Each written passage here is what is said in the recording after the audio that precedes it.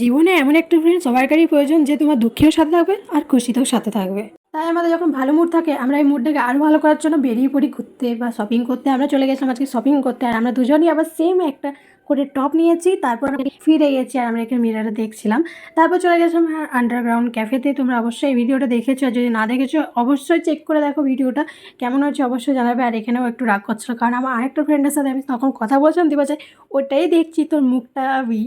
যাই হোক, এটা দেখতে হচ্ছে আন্ডারগ্রাউন্ড ক্যাফেটা পুরো লেখা আছে, আর এটা পুরো সত্যিকারে আন্ডারগ্রাউন্ডে। তো তোমরা অবশ্যই চেক করতে পারো সেই ক্যাফেটা।